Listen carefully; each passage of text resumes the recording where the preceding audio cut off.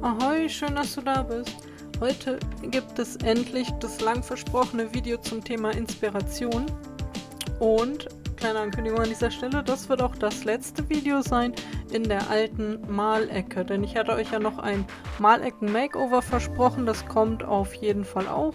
Und dafür habe ich mir auch schon was ganz Besonderes überlegt und natürlich noch ein besonderes Projekt, um dann die neue Malecke einzuweihen. So, heute aber erstmal das Thema Inspiration. Das kann man natürlich googeln, dann findet man ganz, ganz viele verschiedene Ergebnisse. Ich finde, Inspiration ist was maximal subjektiv ist, denn für jeden ist Inspiration etwas anderes. Ich fühle mich ganz oft durch die Natur zum Beispiel inspiriert, wenn ich schöne Naturfotos sehe oder einen Spaziergang mache durch den Wald oder über einen Deich bei mir hier im Norden. Und ich habe eine sehr liebe Arbeitskollegin, die mir ganz oft Fotos zur Verfügung stellt und ich darf sie euch auch zeigen. Ich werde sie euch auch gleich einblenden, welche Fotos ich meine und welche Fotos mich hier zu diesem aktuellen Bild inspiriert haben, was ihr jetzt gerade im Hintergrund sehen könnt, dass ich da erschaffe. Und ich weiß nicht, ob ihr das Spiel Sims kennt. Ich bin ja auch so ein Gaming Girl. Dann habt ihr da auch schon mal den Zustand der Inspiration erlebt und das ist immer so ein Zustand, in den Sims ja auch immer alles ganz, ganz leicht von der Hand geht und alles irgendwie Sinn ergibt, also für einen selber, von außen betrachtet vielleicht nicht so ganz, aber das ist auch völlig egal und völlig okay so. Ja, das heißt, Inspiration oder inspiriert sein ist halt einfach ein Zustand oder ein Gefühl oder eine Verstärkung von einer Emotion und zwar etwas sehr, sehr Positives, wie ich finde. Und ja, deswegen bekommt jeder Mensch durch andere Dinge quasi seine Inspiration. Ja? Es gibt viele, die super gerne Porträts malen und dann gibt es natürlich auch welche, so wie ich, die super gerne abstrakt malen. Dann mit Acryl, mit Ölpastell und ganz viele verschiedene Möglichkeiten. Schreibt mir doch gerne in die Kommentare, was euch inspiriert. Sind es zum Beispiel andere Menschen oder auch Natur, Tiere, Blumen, Festivals, Songs, Bands, was auch immer, was euch dazu veranlasst, selbst kreativ zu sein oder wenn man vielleicht zum Beispiel gerade sich hinsetzt und sagt, so jetzt habe ich gerade mal zum Beispiel eine Stunde Zeit, um kreativ zu sein, aber irgendwie weiß ich auch nicht so richtig, was ich machen soll. Ich mache das dann so, ich gehe dann ganz gerne auf Pinterest, gebe dann zum Beispiel ein Naturfotos oder was ich auch schön finde, sind so alte Burgruinen, Schlossruinen, so etwas, wo man auch so ein bisschen die Geschichte dann noch mit dazu nacherleben kann, soweit es möglich ist, je nachdem wie viele Fotos existieren und wie viel Geschichte zu dem jeweiligen Ort noch vorhanden ist.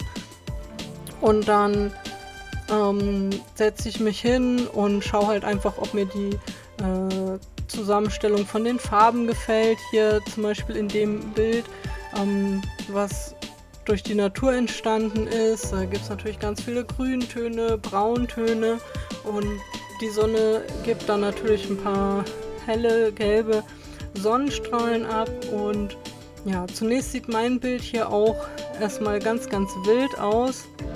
Das sollte auch so sein. Ich habe erstmal einfach alle Farben, die ich gefühlt habe und die ich in den Fotos gemeint habe zu erkennen, hier wieder auf die Leinwand gebracht und wild durcheinander geföhnt und wie ihr sehen könnt, wenn eine Schicht Farbe erstmal zur Seite geföhnt ist, kommen darunter ganz, ganz viele andere Farben zum Vorschein. Versprecher, Outtake Nummer 1. Ganz viele andere Farben zum Vorschein. Hier an dieser Stelle, wenn man hört es ganz oft, vertraue einfach dem Prozess. Und das Gute ist, wir können ja hier beim Acrylgießen immer so lange weitermachen, bis wir zufrieden sind. Und selbst wenn es nichts wird, einfach trocknen lassen, neue Farbe oben drauf schütten und ganz einfach nochmal von vorne beginnen. Das ist das Gute. Es muss ja nicht immer direkt perfekt sein. Perfekt liegt ja auch immer im Auge des Betrachters. Und wenn man einfach seinen Inspirationszustand sich erhalten möchte, dann bringt es auch etwas, wenn man zum Beispiel ein Bild fertiggestellt hat oder meint es fertiggestellt zu haben und dann ein paar Schritte zurückgeht oder mal eine Nacht drüber schläft und am nächsten Tag zurückkommt und schaut, hey, mag ich das noch so, wie es ist, oder muss ich etwas verändern? Ja, denn nur weil es sich vielleicht richtig anfühlt, heißt es ja nicht, dass es richtig ist, sondern man kann da ja immer weiter noch dran arbeiten, so wie ich jetzt hier noch die letzten Reste von meinem Türkis zusammengekratzt habe, um dann nochmal ein bisschen mehr Farbe reinzubringen, denn das war mir doch an der Stelle etwas zu hell geworden. Das passiert auch manchmal, deswegen bin ich halt ein sehr großer Fan vom Acrylgießen. Man kann einfach immer weiter dran arbeiten und ja, das Gute an einer Sache ist auch gleichzeitig immer das Negative an einer Sache. Man kann natürlich auch zu viel machen.